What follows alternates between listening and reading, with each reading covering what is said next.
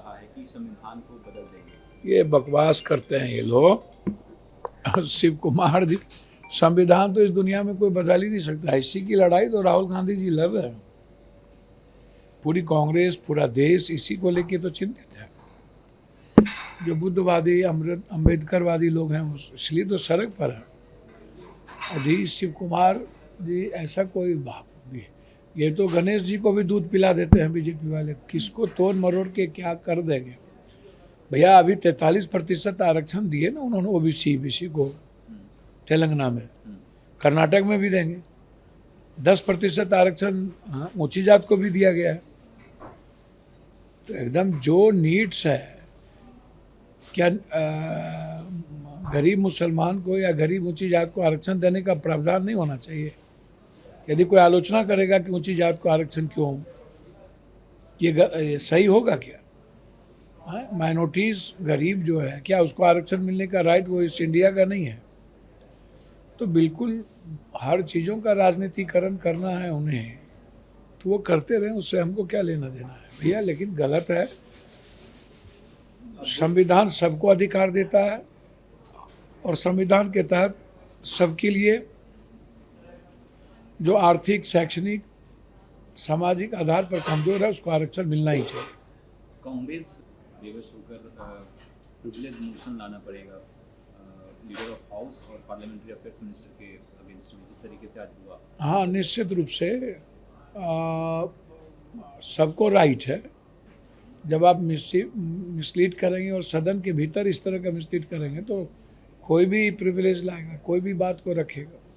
हम करें, कोई करे, कोई हो, सदन की गरिमा, सदन के नियमावली से ऊपर कुछ भी नहीं है। स्पीकर है, राज्यसभा चेयरमैन पर्सन है, तो इसीलिए आपको आप मिसलीड नहीं कर सकते हैं।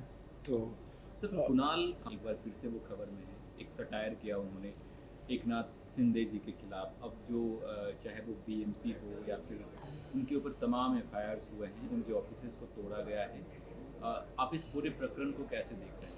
देखिए, यही तो सबसे बड़ी बात है। यही तो 11 साल में यही इसी तरह की सभी स्वायत्त संस्थाओं को जिस तरीके से ईडी, सीबीआई, चुनाव आयोग या आरबीआई, सबको, चाहे न्यायालय, सब पर प्रतिबंध, सब पर निगरानी आप उठा करके देखिए। आप काब हास को देखिए। आप जो क्रिटिक हुआ करता था, दुनिया में बड़ी बड़ी क्रिटिक होते थे, लेकिन कभी भी किसी तरह का आलोचना नहीं हुआ, कभी किसी तरह के बदले की भावना से काम नहीं हुई भैया। सकारात्मक आलोचना सुनने की ताकत नेताओं को और सबको होनी चाहिए।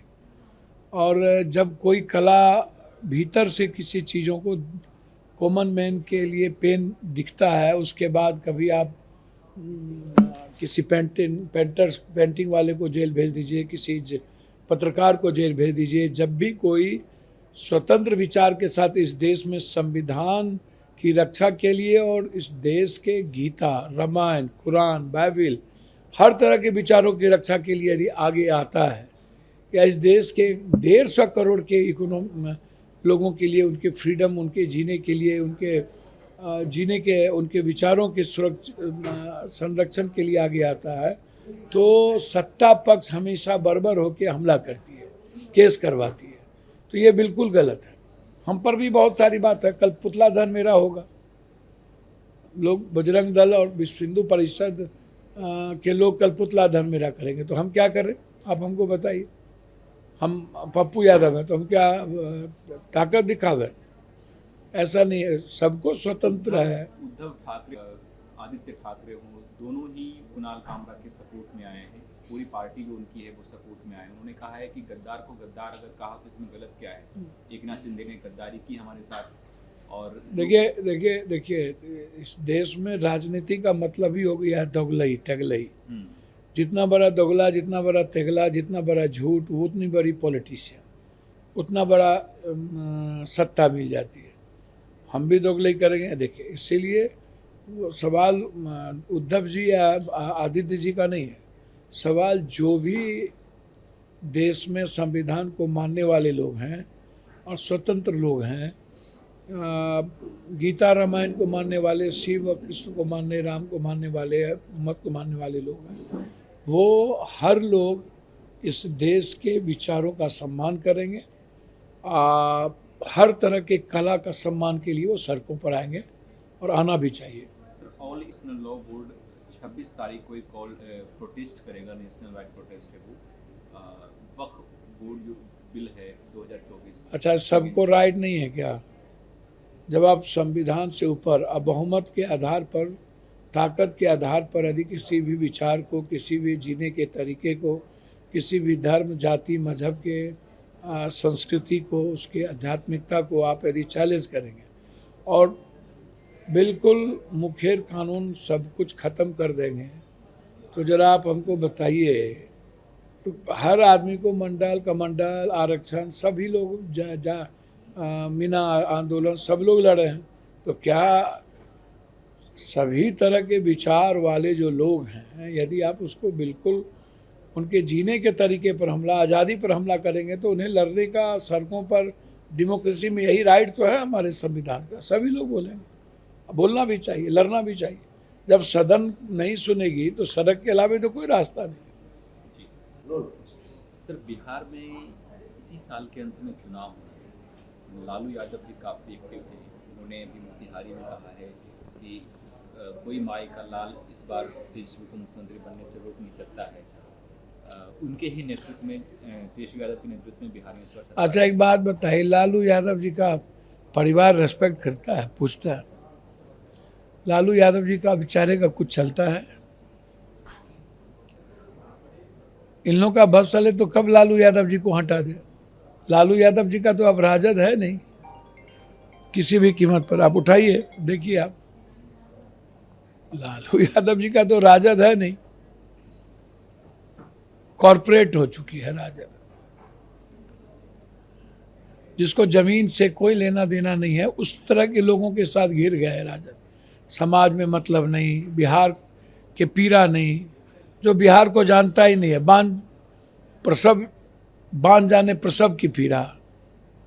ऊपर से जो लोग आ जाएंगे और इर्द गिर्द घिर जाएंगे, हम विकास की बात करेंगे। आप देखिए, अब पिता है, किसी को मुख्यमंत्री बना दें। हमको लगता है कि बेचारे लालू यादव जी की जो उम्र है, जो अस्वस्थता है और जो ऑपरेशन हुआ है, उन्हें बहुत ज़्यादा इस्तेमाल नहीं करना चाहिए। अपने बदौलत तो कोई कुछ हो नहीं सकते। आज भी कोई कुछ लोग लालू यादव जी के बदौलत ही आरजेडी जिंदा है। आज भी आरजेडी में लालू यादव के अलावा कुछ है भी नहीं। आज भी आरजेडी में कुछ बचा है तो वो लालू यादव है। आज भी आरजेडी में किसी चीज़ों के प्रति विश्वास है, यादवों का हो या किसी का हो, तो लालू यादव के कारण है। और लोग तो समझिए कि जिन्होंने संघर्ष देखा ही नहीं, गांव देखा ही नहीं, जमीन देखा ही नहीं, जिन्होंने बिहार को जाना ही नहीं, वह एक ग्रुप बन गया, वो गैंग है। वहाँ लालू यादव के बाद एक गैंग बना हुआ है, गैंग।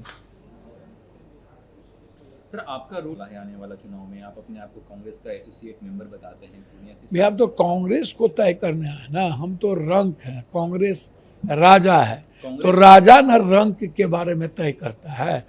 कांग्रेस बड़ी पार्टी है, कांग्रेस को तय करना है कि इसकी क्या भूमिका होगी, हम उस लायक हैं कि नहीं, हम कौन फिट बैठता है कांग्रेस की नज़र में, कौन नहीं बैठता है।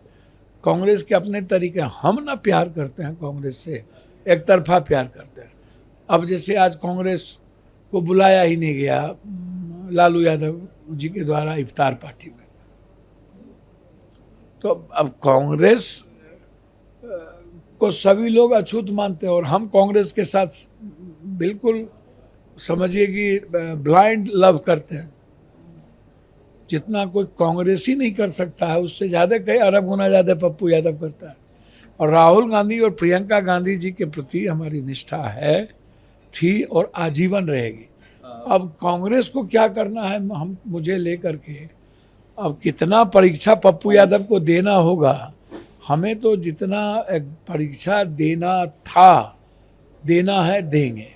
कांग्रेस का ग्राउंड पे कन्हैया कुमार यात्रा निकाल रहे हैं, उनके साथ तमाम, अब उनकी पार्टी है, उन्होंने जिनको जो तय कर रहे हैं वो अपना कर रहे क्या हैं। आप उस यात्रा को ज्वाइन करेंगे? आपकी नहीं, अभी मेरी कोई भूमिका कांग्रेस ने तय की नहीं है, ना मुझसे कोई राय किया है, ना मुझे कोई आदेश दिया है, ना राय किया ना आदेश दिया।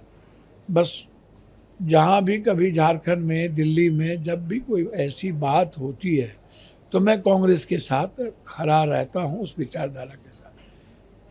लेकिन चूंकि अब चुनाव है, मैं भी बिहार के 13 करोड़ लोगों के घर से, दिल से और खून से जुड़ा हुआ हूँ।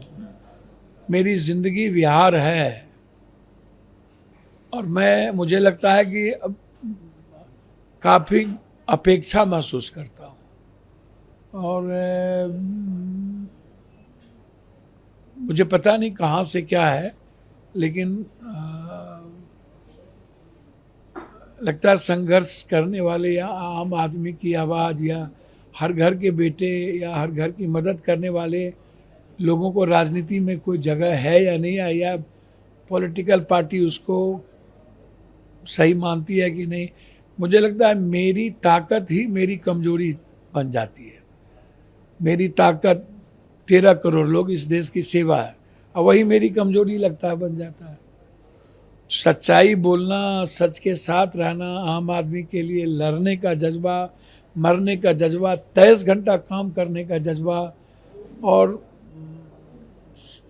सबसे लोकप्रिय बेटा बिहार का पप्पू यादव। तो ये एक तरफ मेरी ये ताकत है जो 13 करोड़ लोग बिना जात धर्म के हमको मानते हैं, और दूसरी तरफ लगता है मुझे ये कमजोरी तो नहीं है मेरी कि कोई हमको एक्सेप्ट करने को तैयार नहीं है।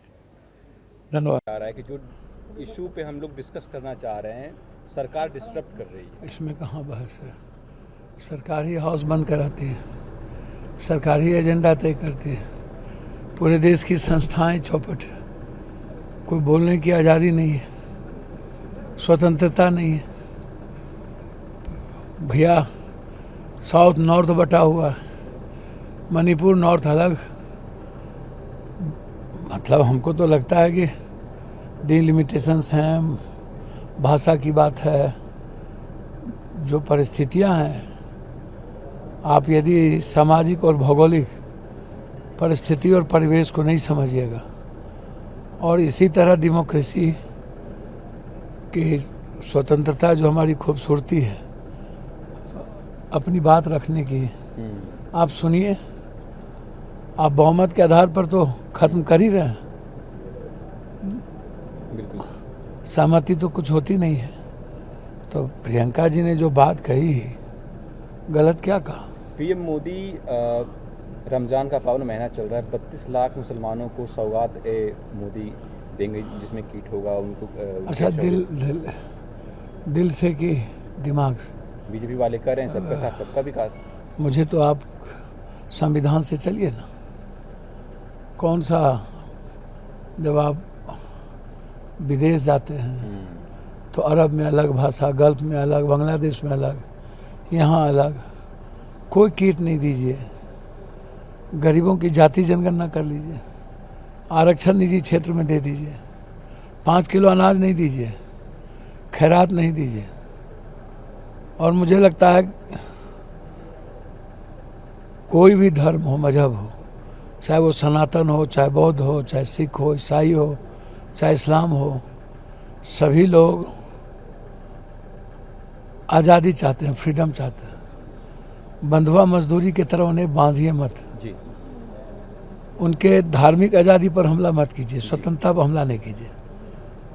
तो आप हमला करेंगे और एक तरफ आप किट की बात करेंगे, तो इस जन्म में आप हमको, गाँव घर में कहावत है, 2 लात मार के खाना दीजिएगा, खाना अच्छा लगेगा? दलितों का ST/SC का अधिकार छीन करके आप उसको 5 किलो 10 किलो अनाज पर आप खरीदना चाहिएगा? ये बिल्कुल